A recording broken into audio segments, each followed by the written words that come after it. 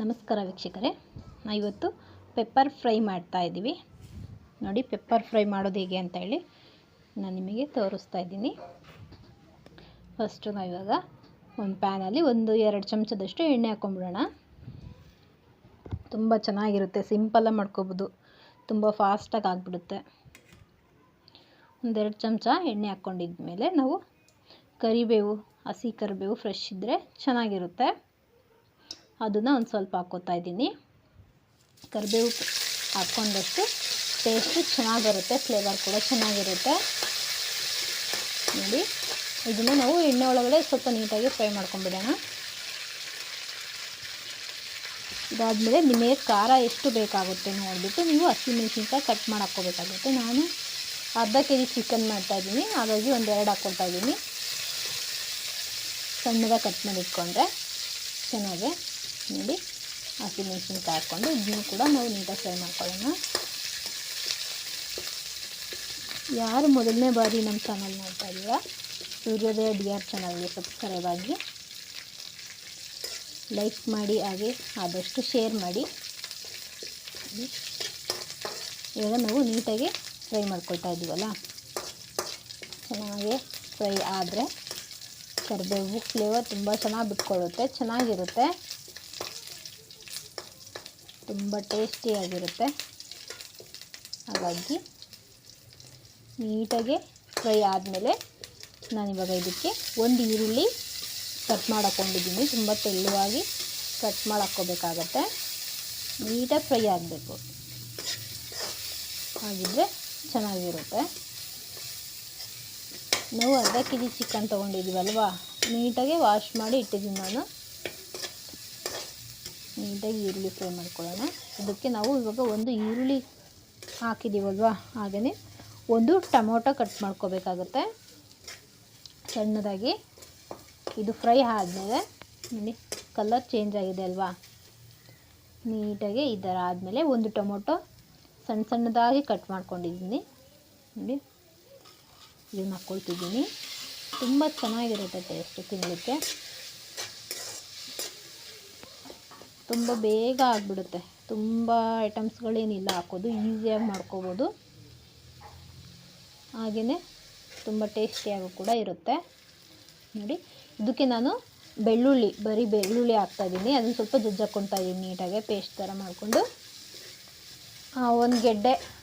ಒಂದು ದೊಡ್ಡ ಗೆಡ್ಡೆ ಬರುತ್ತಲ್ಲ, 1 ಗೆಡ್ಡೆ ಬೆಳ್ಳುಳ್ಳಿನ ನಾನು ಪೇಸ್ಟು ಮಾಡ್ಕೊಂಡು ಹಾಕ್ಕೋತಾ ಇದ್ದೀನಿ. ಇದು ನೀಟಾಗಿ ಎಣ್ಣೆ ಒಳಗಡೆ ಫ್ರೈ ಮಾಡ್ಕೊಂಬಿಡೋಣ, ಚೆನ್ನಾಗಿರುತ್ತೆ. ಆಮೇಲೆ ನಾನು ಇದಕ್ಕೆ ಇವಾಗ ಚಿಕನ್ ವಾಶ್ ಮಾಡಿ ಇಟ್ಟಿದ್ನಲ್ಲ, ಚಿಕನ್ ಹಾಕ್ತಾಯಿದ್ದೀನಿ. ನೋಡಿ, ಚಿಕನ್ ನೀಟಾಗಿ ಹಾಕ್ಕೊಂಡು ನಾವು ಅದರೊಳಗಡೆ ಫ್ರೈ ಮಾಡ್ಕೋಬೇಕಾಗತ್ತೆ. ಚಿಕನ್ನ ನಾವು ಎಷ್ಟು ನೀಟಾಗಿ ಬೇಯಿಸ್ಕೊತೀವೋ ಅಷ್ಟು ಚೆನ್ನಾಗಿ ಟೇಸ್ಟ್ ಕೊಡುತ್ತೆ. ತುಂಬ ಟೈಮ್ ಕೊಟ್ಟು ನೀಟಾಗಿ ಬೇಯಿಸ್ಕೋಬೇಕು. ನೋಡಿ, ಇದನ್ನು ಸ್ವಲ್ಪ ನಾವು ಮಿಕ್ಸ್ ಮಾಡ್ಕೊಂಬಿಡೋಣ. ಮತ್ತು ಬೆಳ್ಳುಳ್ಳಿ ಹಾಕಿರ್ತೀವಲ್ವ, ಅದು ತಳ ಹಿಡಿಬಾರ್ದು ಅಂತ ಹೇಳಿ ಫಸ್ಟ್ ಮಿಕ್ಸ್ ಮಾಡ್ಕೊಂಡ್ಬಿಟ್ಟಿದ್ದೀನಿ. ನೋಡಿ, ನೀಟಾಗಿ ಮಿಕ್ಸ್ ಮಾಡ್ಕೋಬೇಕು, ತುಂಬ ಚೆನ್ನಾಗಿರುತ್ತೆ ತಿನ್ನೋದಕ್ಕೆ ಟೇಸ್ಟು. ಇವಾಗ ನಾವು ಇದಕ್ಕೆ ಸ್ವಲ್ಪ ಅರಿಶಿನ ಹಾಕ್ಕೊಳ್ಳೋಣ. 1/4 ಚಮಚ ಆಗುವಷ್ಟು ಅರಿಶಿನ ಹಾಕ್ಕೋತಾ ಇದ್ದೀನಿ.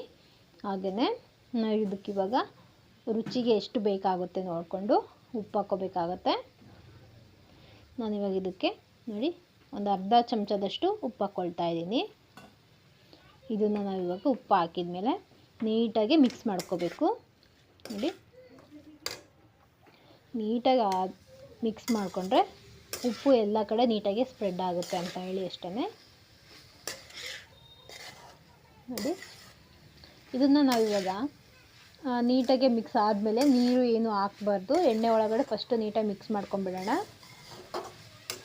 ಅದು ಚೆನ್ನಾಗಿ ಬೇಯಬೇಕು ಚಿಕನ್ನು, ಆವಾಗಲೇ ಅದು ನೀಟಾಗಿ ಉಪ್ಪೆಲ್ಲ ಹತ್ಕೊಳ್ಳೋದು, ಟೇಸ್ಟು ಕೂಡ ತುಂಬ ಚೆನ್ನಾಗಿರುತ್ತೆ. ಉಪ್ಪು ಫಸ್ಟು ಚಿಕನ್ನಿಗೆ ನೀಟಾಗಿ ಹತ್ಕೋಬೇಕು. ನೋಡಿ, ಇವಾಗ ಇದನ್ನು ನಾವು ಲಿಡ್ ಕ್ಲೋಸ್ ಮಾಡಿ ಬಿಡಬೇಕಾಗತ್ತೆ. ಚಿಕನ್ ನೀಟಾಗಿ ಬೇಯೋವರೆಗೂ ಲಿಡ್ ಕ್ಲೋಸ್ ಮಾಡಿ ಬಿಡಬೇಕು. ಅದು ನೀರು ಬಿಟ್ಕೊಳ್ಳುತ್ತೆ, ನೀವು ನೋಡಿ ಚಿಕನ್ನು ನೀಟಾಗಿ ನೀರು ಬಿಟ್ಕೊಳ್ಳುತ್ತೆ. ನಾನು ನೀರೇನು ಹಾಕಿಲ್ಲ, ನೀರು ಬಿಟ್ಕೊಂಡು ಚಿಕನ್ನು ಕೂಡ ಚೆನ್ನಾಗಿ ಬೇಯ್ತಾ ಇರುತ್ತೆ. ನೋಡಿ ನೀರು ಬಿಟ್ಕೊಂಡಿದೆ. ಇದು ನಿಮಗೆ ಚಿಕನ್ ಮಾತ್ರ ತುಂಬ ಸ್ಮೂತಾಗಿ ಬೇಯಬೇಕು, ತುಂಬ ಚೆನ್ನಾಗಿರುತ್ತೆ ತಿನ್ನಲಿಕ್ಕೆ. ನೋಡಿ ನಾವು ಇವಾಗ ಇದು ಬೆಂದಿದೆ ಅಂತ ಹೇಳಿ ಒಂದು ಚಮಚದಷ್ಟು ನಾನು ಸೋಯಾ ಸಾಸ್ ತೊಗೊಂಡಿದ್ದೀನಿ. ಚಿಕನ್ ಬೆಂದಿದೆ ಈಗ ನೀಟಾಗೆ. ಒಂದು ಚಮಚದಷ್ಟು ಸೋಯಾ ಸಾಸ್ ಹಾಕ್ತಾಯಿದ್ದೀನಿ. ಕಲರ್ ತುಂಬ ಚೆನ್ನಾಗಿ ಬರುತ್ತೆ, ಟೇಸ್ಟು ಚೆನ್ನಾಗಿರುತ್ತೆ. ಹಾಗಾಗಿ ನೋಡಿ ಇವಾಗ ಸೋಯಾ ಸಾಸ್ ಆದಮೇಲೆ ನಾನು ಕರಿಮೆಣಸು ಕರಿಮೆಣಸನ್ನು ಪೌಡ್ರ್ ಮಾಡಿ ಇಟ್ಕೊಂಡಿದ್ದೀನಿ. ನಾವು ಇವಾಗ ಇದಕ್ಕೆ 1 kg ಚಿಕನ್ ಮಾಡ್ತಾಯಿದ್ದೀವಿ ಅಂದರೆ 2 ಚಮಚದಷ್ಟು ಪೆಪ್ಪರ್ ಫ್ರೈ ಹಾಕಬೇಕಾಗತ್ತೆ. ನಾನು ಅರ್ಧ kgದು ಮಾಡ್ತಾಯಿದ್ದೀನಲ್ವಾ, ಹಾಗಾಗಿ ನಾನು ಇದಕ್ಕೆ ಒಂದು 3/4 ಚಮಚದಷ್ಟು ಹಾಕಿದ್ದೀನಿ. 1 ಚಮಚ ಕೂಡ ಹಾಕ್ಕೋಬೋದು ನೀವು. ಖಾರ ತಿನ್ನೋರಿದ್ದರೆ 1 ಚಮಚ ಕೂಡ ಹಾಕ್ಕೋಬೋದು. ನಾನು ಅರ್ಧ kg ಚಿಕನ್ ಅಲ್ವಾ 3/4 kg ಹಾಕ್ತಾಯಿದ್ದೀನಿ. ಪೆಪ್ಪರ್ ಫ್ರೈ ತುಂಬ ಚೆನ್ನಾಗಿರುತ್ತೆ ತಿನ್ನೋದಕ್ಕೆ. ನೋಡಿ ತುಂಬ ಐಟಮ್ಸ್ ಏನು ಹಾಕೋದಿಲ್ಲ, ಬೇಗ ಆಗಿಬಿಡುತ್ತೆ. ಚಿಕನ್ ಮಾತ್ರ ತುಂಬ ನೀಟಾಗಿ ಬೇಯಿಸ್ಕೋಬೇಕು, ಮೇನ್ ಅದೇ ತುಂಬ ಚೆನ್ನಾಗಿ ಟೇಸ್ಟ್ ಕೊಡುತ್ತೆ. ನೋಡಿ ಪೆಪ್ಪರ್ ಫ್ರೈ ಹಾಕಿದ್ಮೇಲೆ ತುಂಬ ಬೇಯಿಸೋ ಅವಶ್ಯಕತೆ ಏನು ಇರೋದಿಲ್ಲ, ತುಂಬ ಟೇಸ್ಟಿಯಾಗಿರುತ್ತೆ. ಹೇಗಿದೆ ಏನು ಅಂತ ಹೇಳಿ ನೀವು ಕೂಡ ಒಮ್ಮೆ ಮಾಡಿ ನೋಡಿ. ಟೇಸ್ಟ್ ಮಾಡಿಬಿಟ್ಟು ನಮಗೆ ಹೇಗಿದೆ ಅಂತ ಹೇಳಿ ಕಮೆಂಟ್ ಮಾಡಿ. ನೋಡಿ ಚಿಕನ್ ಪೆಪ್ಪರ್ ಫ್ರೈ ರೆಡಿಯಾಗಿದೆ. ಬಿಸಿ ಬಿಸಿ ತುಂಬ ಚೆನ್ನಾಗಿರುತ್ತೆ ತಿನ್ನೋದಕ್ಕೆ.